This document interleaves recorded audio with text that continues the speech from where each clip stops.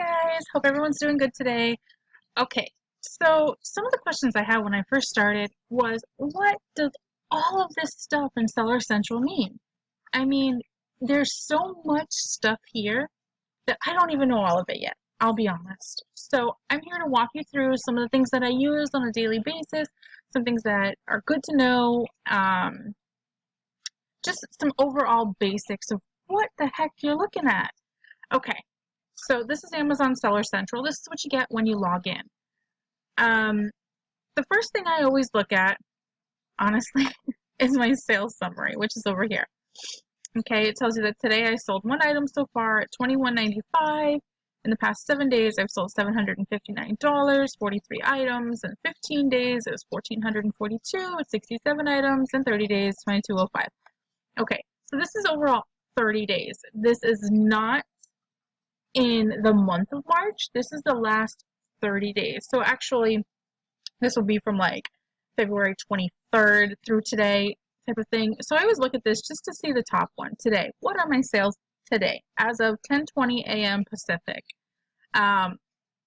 it was 1 unit, which is very, very upsetting, but it's a sale, right? So that's the first thing I look at. And then the other things I like to see are, let's view more of my sales statistics.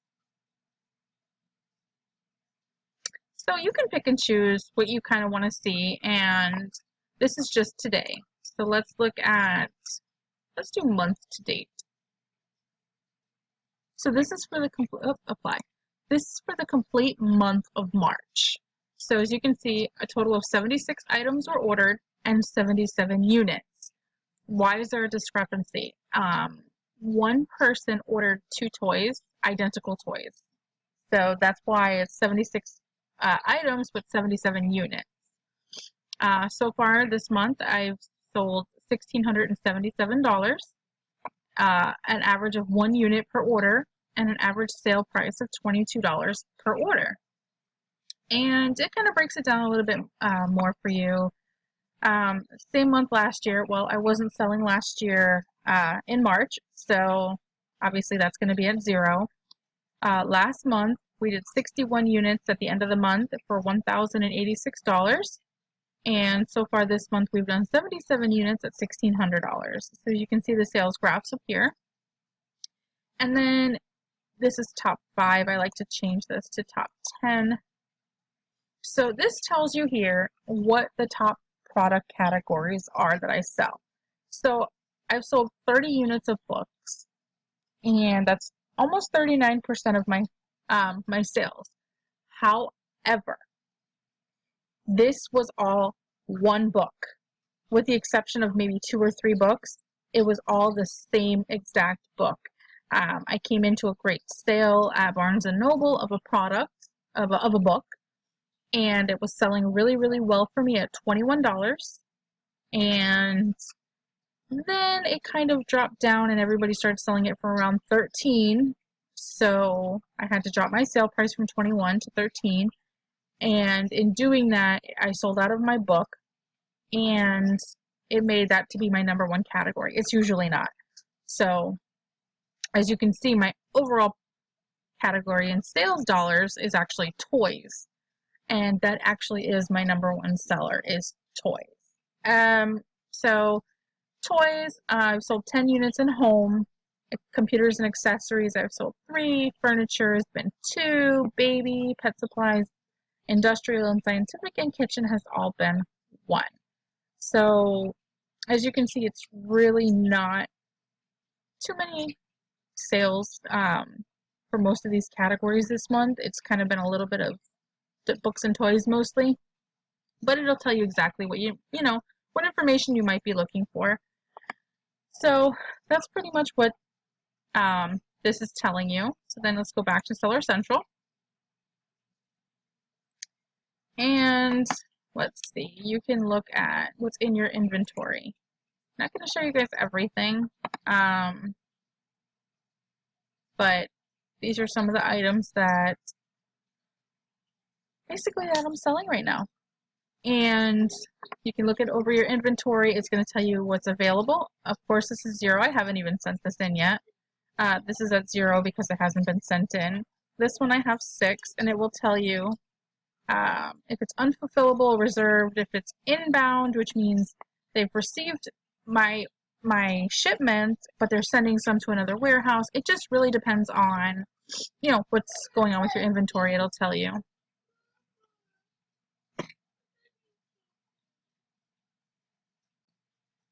Okay, so sorry about that. Like I was saying, it will tell you what's going on with your inventory, things like that. So it'll tell you here, fee preview. It'll say 907, which includes a $4.57 of FBA fee. So that $4.57 is your what's called your pick and pack fee, and your complete fee with Amazon for them to ship your product is $9.07 for this particular item, and that's with a selling price of $29.99. Okay, so it will tell you that. Let's see. Let's go back to main page again. We're just going to kind of skim through certain things, and then we can go into more detail if you guys have any questions. This selling coach, I'll be honest with you, I pretty much ignore it. I mean, I really don't look too much into it. So in another video, I will show you guys how to add a product. I don't really use any of these. The inventory reports, you can use them if you need them. And then there's FBA shipments. Okay. So this will show you pretty much all your shipments, the different things that you've shipped into Amazon. As you can see, it's quite a bit on this page.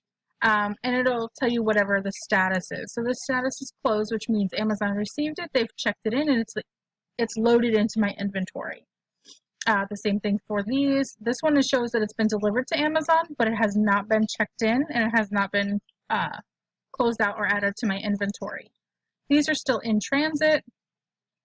More in transit, more closed. Now, these I'm still working on. These are other shipments that I need to finish up. But as you can see, I really don't like to send it when it's just one item. I like to be, you know, in these categories here, but sometimes Amazon splits it, and you've got to send your products to, you know, different fulfillment centers. And I mean, as you can see, this is a destination, so they've kind of all gone to different places.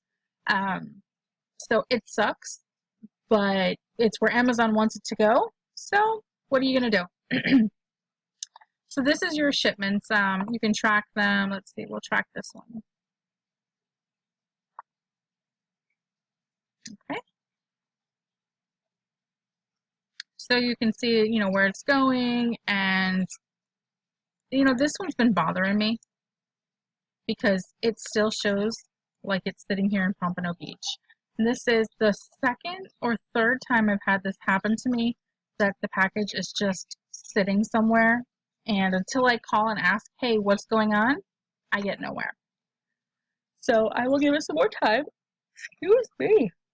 I will give it some more time and, you know, see what happens. Let's go back and look at another shipment so you can see more of what it says. Okay, let's do this in transit. This is a big one that has 71 items in it, which I'm excited for it to get there. And now it shows delivered here. So now when I go back, now this is going to actually show delivered instead of saying in transit. Coming in and looking at your shipments actually updates its status.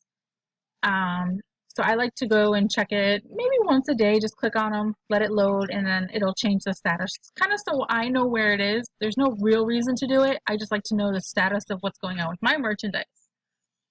So that's pretty much, that's it. These have been delivered. Now I'm just gonna wait for it to check in time. So go back to Seller Central. And let's go over to pricing. So you can view your pricing dashboard. Okay, this pretty much shows you that I have the buy box on 1% or less of my overall products. That's okay. I mean, it sucks, but I don't lower my price to be in the buy box. I lower my price to be competitive. Why? I sell pretty fast moving merchandise for the most part, so I'm not going to worry about, you know, leaving my price a dollar higher than the buy box, or at the same price as the buy box. But when you have a lot of sellers on a listing, like this one says 12, the buy box has one main seller at the top and sometimes 3 on the bottom. So if you're not in those top 4 of the ones that are listed, you're not in the buy box. So as much as that sucks, it's not the end of the world. I still make decent sales. And as you can see, my price competitiveness is at 74%. Now I do have some items that are probably not as competitive, but it's because someone probably got it cheaper than I did and can drop the price, or it's somebody who doesn't really have an idea of what it takes to sell and the pricing, so they just kind of mark it down because they're only looking at what they paid for it versus what they paid for it plus their fees. So you kind of need to have an understanding of how all of that works. Down here you can match some of these prices. Like I have this listed at 42, but the buy box is at 40.69. I'm actually going to match that because that's not a bad price. Whoop, I have to hit OK. Okay, so that's actually not a bad price. Now I have this listed at $13.99 and the buy box is at $13.92. I know what I paid for that. Let me see. What I usually do also is that it will tell you the buy box is at $13.92, but it won't tell you if that's a prime offer or not. You want to make sure you're competing with other prime sellers. You don't want to be competing with, like look, $13.92 is what I'm selling it, and the next prime offer is at $12. But look, collectible, like new. Packaging shows some wear. It's not a big deal, and then these are all new. So I don't want to compete with them as far as, the collectible guy or the non-prime offers. So I'm going to keep my price at that just made no sense. It said I was at $13.92, didn't it? Okay, well, I'm going to match that because it said I was there. And then this one, it's $29.99. Apparently $28.83 is what someone else is selling it for. So I'm going to go ahead and take a look, see if they are prime. And let's see. FBA offers. $26.86 is Amazon, and I'm $29.99. So that being said, I'm not going to match them. I'm actually going to stay where I am, and I'm going to tell you I did make a sale of this just the other day, matter of fact. And the fees on it are rather high. And although I didn't pay a lot for this, I still want to make about $10. I think I paid $2, and I want to make at least $10. And the fees are close to $20, so it's a big item. I'm going to leave that.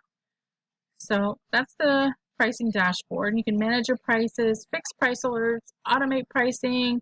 We'll get into automating pricing on another video. I don't recommend Amazon's, and fee discounts. Then you have orders where you can manage your orders, order reports, upload order-related files. I've never used it. And manage your returns. I've never used it. I'm not merchant fulfilled, and that's a lot of stuff that you'll use for merchant fulfilling. Manage orders is what I usually go to see, like, okay, I made a sale today. What did I sell? Okay, well, I sold a Leapfrog Leap TV transforming controller. Okay, great. As you can see, that's today's date. So that's what I know. Now I know what I sold. But it's in pending status, and it will stay there until it was actually shipped. Okay, and then you have advertising. I don't do any advertising because my merchandise is all pretty much big name brands, and there's no point in me advertising because they sell on their own. You can though. And then you have reports. So when I first started, I got my first return, and I learned that not everybody who initiates a return on Amazon, excuse me, not everybody who initiates a return on Amazon actually returns the merchandise. But Amazon refunds the customer the minute they initiate that return. So what does that mean? That means that, John orders, whatever, that pool float. And when he gets it, he initiates a return and he gets a refund from Amazon right away for the $29.99 that he spent on it. Okay, well, now they take that $29.99 out of my account. But I don't have my merchandise. Amazon doesn't have my merchandise. A customer has my merchandise and my money. So you need to be able to track that. Now, when I first started, I was trying to do a return report and I found out that's not really what I want to do. So there's business reports. You're going to go into business reports. And you are going to okay, where is it? Hold on, I don't think it's business reports then. Sorry, go into fulfillment.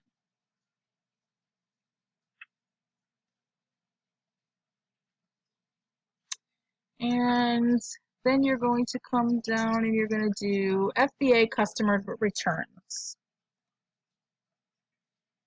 And you can,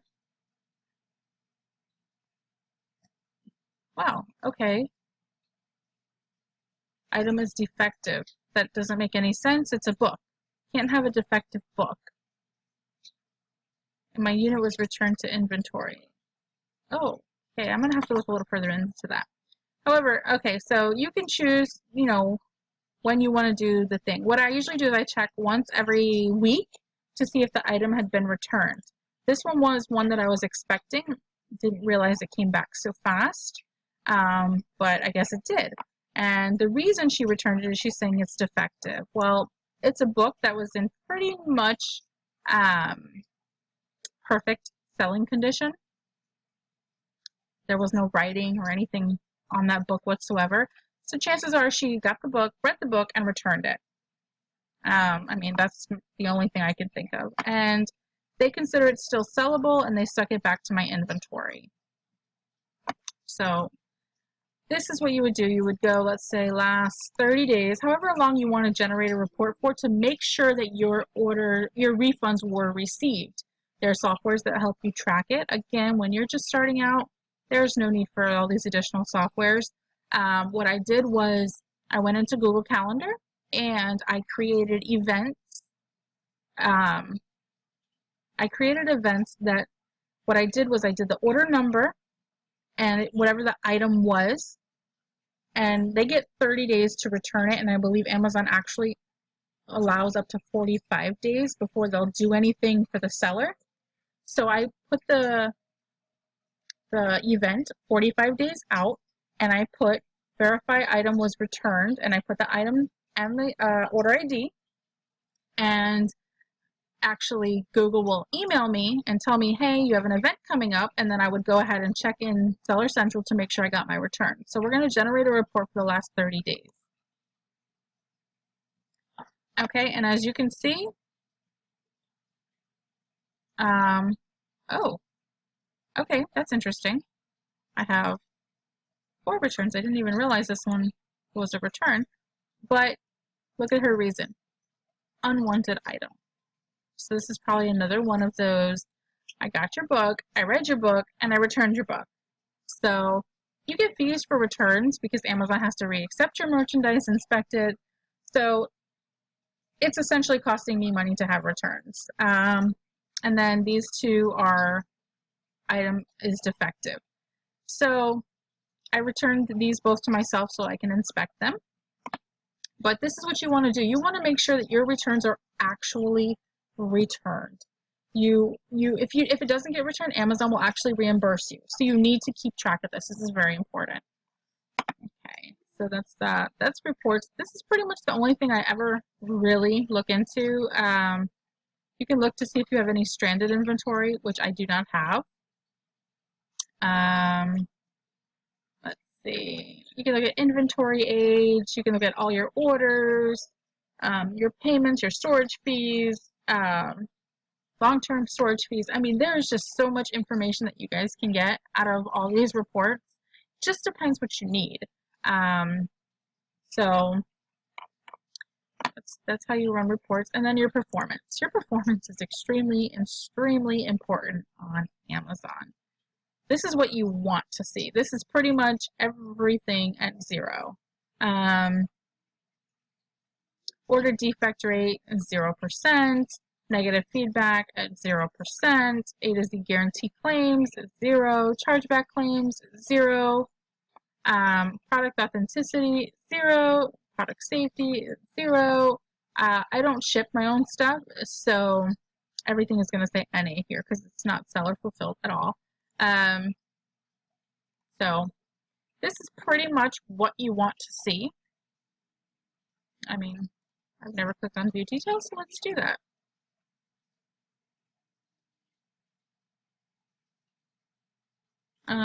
Okay, well, target is, less than 1%, and that's what I have, and less than 10%, and again, that's what I have. And everything seems to be at 0 because I don't really have any issues. Okay.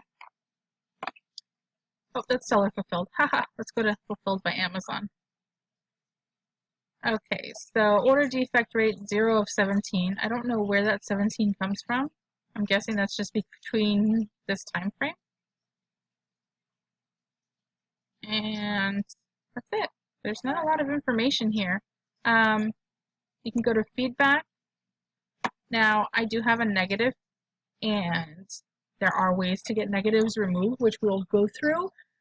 This customer claims that the item wasn't brand new because it didn't work when he received it. The item was brand new, completely brand new actually, and it was listed as used like new, and in the notes I put that the item was brand new because, as I said, the item was brand new. He's saying it wasn't because it wasn't working when he got it. This is one of the items that I have to inspect. I should have it actually. I should go through my boxes, but I have to inspect this and see if he even sent me back the same product because, believe it or not, customers will do that. They will send back something that is not the same. And it's up to you as the seller to make sure that they sent the right product back, that the product is still in sellable condition. There's so many, things that you need to verify. So make sure you look at your feedback and, you understand. I did try to get this removed because it does state that the item never worked. It couldn't charge the item. That's a product review. But because of this very first sentence, they're saying no, that's seller feedback. Well, that's not true. I mean, it's true, but it's not true. All right, so we have that, and that's it. It really, oh, by the way, it really, really hurts your overall rating. It really does. I'm at 67% positive, which is horrible, but you can't solicit for this stuff. I mean, you can ask for feedback, but Amazon doesn't like you to bother the customers, so I just leave it, and hopefully somebody will leave me some feedback. You don't get a lot of it, by the way. I don't have any A to Z guaranteed claims, otherwise it would pop up here. I don't have any chargeback claims, otherwise you could see those. I don't have any performance notifications, anything current. They deactivated my listing at one point because they thought that I would have a listing error, which I did, but I did it on purpose. So that's not a big deal. And there's Seller University. All right. So another thing that I like to look at is in the last day, how many of my orders were actually sent out by Amazon? Well, 0. I have a lot of pending orders right now. I have probably close to 20, 25 pending orders. So I like to see this number higher than 0, but I don't know what's going on with Amazon. And you can get a quick overview of your feedback and all your target information, your account health, and everything. And that's pretty much all of this. And then you can see your inventory plan. You can see what's selling, how fast it was selling, what you should restock on if you can. So there's all of that information. And these are the categories that you're selling in. Not that you are selling in, that you can sell in. Books, video games, home and garden, tools, outdoor sports, baby, toys and games, beauty, grocery, gourmet, and gourmet food, health and personal care. So a lot of these categories require approval. As you can see, video, DVD, and Blu-ray requires approval. I don't have authorization to do that. I never applied for it. I don't have the invoices that are needed for that. So I just skip over that. But we'll go through how to get ungated in certain categories at another time. Okay, I don't have any cases to view right now, so I'm not gonna, worry about that. It's just gonna show empty. And this is what everybody wants to know. Your payments. So back on March 12th, they sent me $189.68 to my account. And I have a balance, which means they owe me at this moment in time $855.56. Now, when you start selling on Amazon, they hold your money for 7 days in a reserve in case the customer gets the product and wants to return it. So, although you may see this number, this does not mean this is what you are getting on your next payday. Paydays are every 2 weeks. It will vary for everyone as far as like what day is their actual payday. My next one is coming up in 3 days. So we can click on View Payment Summary, and it will tell you a transfer of $324.20 is scheduled to initiate on March 25th. You can request a transfer sooner, but you may not get the full $324. It just depends on what is available on that day that you actually request. So you can see that from my previous statement, they held $246.41. Then I sold $1,091.68. There was a promo going on one of the items I ran, apparently, $491. My Amazon fees were $393.58. I got credit for shipping and gift wrap, which means someone chose gift wrap and I was charged for it. So they credit you, they offset it. So that's $23.22. So a subtotal of $716.41. Then there was a product charge, which is a refund for $16.99. And I got my Amazon fee back of $435. So they only took out $12.64 from my account. Then I shipped in a bunch of boxes.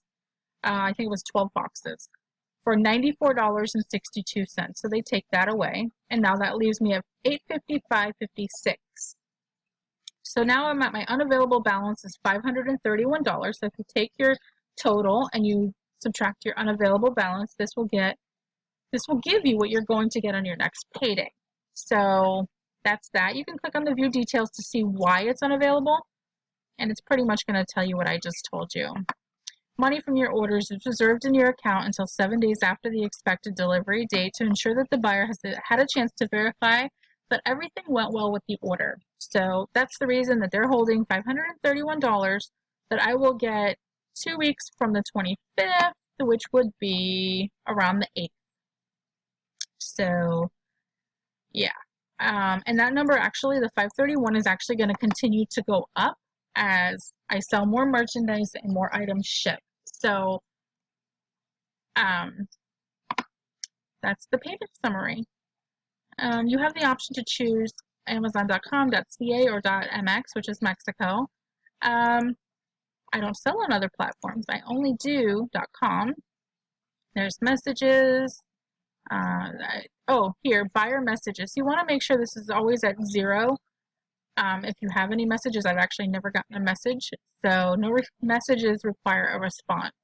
Amazon wants you to respond fast to all messages. So make sure that if you see a number there, you check it right away, you respond, or you mark it no response required. But you need to do something. You just cannot leave it there. And that's it. Back to Seller Central. These are your site settings, which we'll go through in more details another time, how to set up tax settings. If you're going to have a VA that's in your account for anything, to set up user permissions, your notification preferences, your basic account information, all that stuff. So we will go through all that at another time, but I just wanted to give you a quick rundown of what it looks like to be inside Amazon Seller Central. And that is it, guys. I mean, I really hope this helped you guys understand what everything is for. If you have any questions, drop them below. I'll be happy to answer them. Feel free to reach out to me if you need to. And thank you and have a great day.